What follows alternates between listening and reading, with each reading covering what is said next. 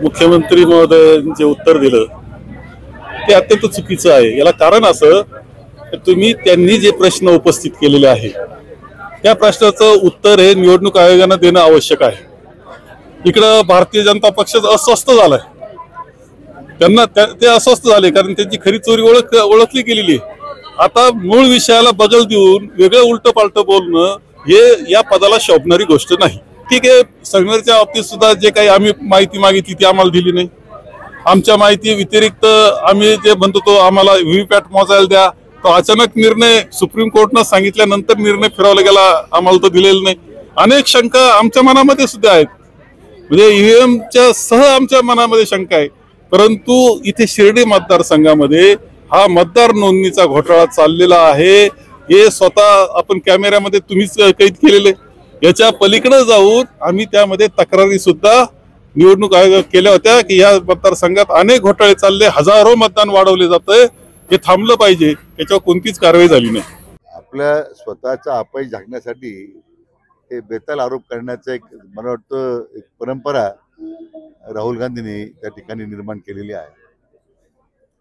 आता आंध्रमध्ये ज्या तुमचं सरकार येतं त्यावेळी असं बोगस मतदान झालं असं आरोप आपण कधी केला का? कारण कर्नाटकामध्ये काँग्रेस सरकार आलं, मग ते बोगस मतदानाने आलं का? लोकसभेमध्ये एवढा मोठा जनादेश तुम्हाला मिळाला, तो बोगस मतदानाने मिळाला का? परंतु लोकसभेच्या निगेटिव्ह नॅरेटिव्हवर जे यश मिळालं ते विधानसभेवर मिळालं नाही, कारण लोकांनी यांचा खरा चेहरा समजला आणि म्हणून लोकांनी महाविकास आघाडीला धुडकवून लावलं। अनेक प्रस्थापित नेते पराभूत झाले, पण त्याचा खापर जर तुम्ही बोगस मतदानावर फोडणार असाल तर तुम्ही मग मागे म्हटलं होतं तो मतदारांचा अपमान तुम्ही करताय। राहुल गांधींनी मला वाटतं त्यांच्या एक पद्धत झालेली आहे की ते भारतात कमी बोलतात, परदेशात जास्त बोलतात। निवडणूक आयोगाने मात्र त्यांना सांगितलं की शपथपत्र करून तुम्ही तुमची जी काही तक्रार आहे ती सादर करा, ते शपथपत्र करायला देखील तयार नाहीये। म्हणून म्हणलं शपथपत्र करणं म्हणजे सिद्ध करणं आलं, गुन्हा दाखल होऊ शकतो, त्यांचं सदस्यत्व रद्द होऊ शकतं। म्हणून असे बेताल आरोप करून थोड्या वेळ जनतेचं मनोरंजन होईल। आणि आता राहुल गांधीला कोणी फार गांभीर्याने घेत नाही की आता आपण नजीकच्या काही झालेल्या राजकीय घडामोडीमुळे आपल्या लक्षात आलं असेल।